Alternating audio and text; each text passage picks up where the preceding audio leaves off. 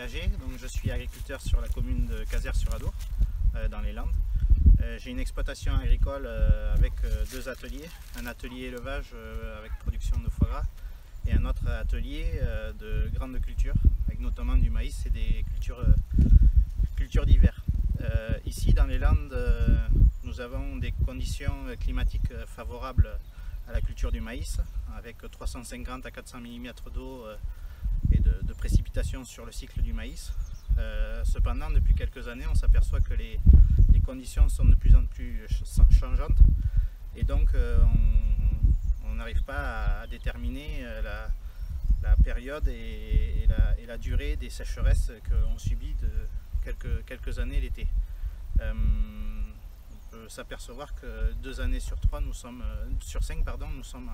en sécheresse dans le secteur.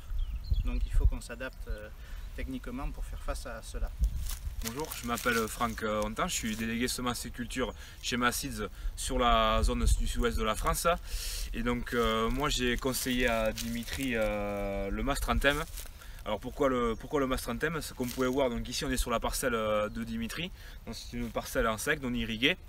Et donc Dimitri, lui aujourd'hui, il recherchait une variété précoce, tolérante au stress hydrique. Et dans le Mastranthème s'avérait vraiment être la solution pour son système d'exploitation. Donc aujourd'hui, l'avantage d'une variété précoce comme le Mastranthème, c'est qu'elle a une floraison précoce, ce qui devance les périodes de forte chaleur que nous avons sur les mois de juillet, que l'on observe depuis quelques années. Mais aussi un autre avantage de cette variété, c'est qu'on peut, étant donné qu'elle est précoce, sur les périodes de récolte, on peut pouvoir la récolter autour des 15 humidités. Donc moi je me suis donc dirigé vers les variétés Waterlock de chez Maseeds. En 2019 j'ai semé ce maïs Tranthème que Franck m'avait conseillé. On a semé cette variété le 17 avril, on l'a récolté le 1er octobre à une humidité de 17% et on a fait un rendement moyen de 112 quintaux. Donc ce rendement technique et surtout cette rentabilité m'a conforté pour la saison et la campagne 2020 pour repartir sur ce même assolement et essayer de garder cet objectif de marge. Ce que je peux dire moi sur cette variété, c'est une variété qui est constamment en train de pousser.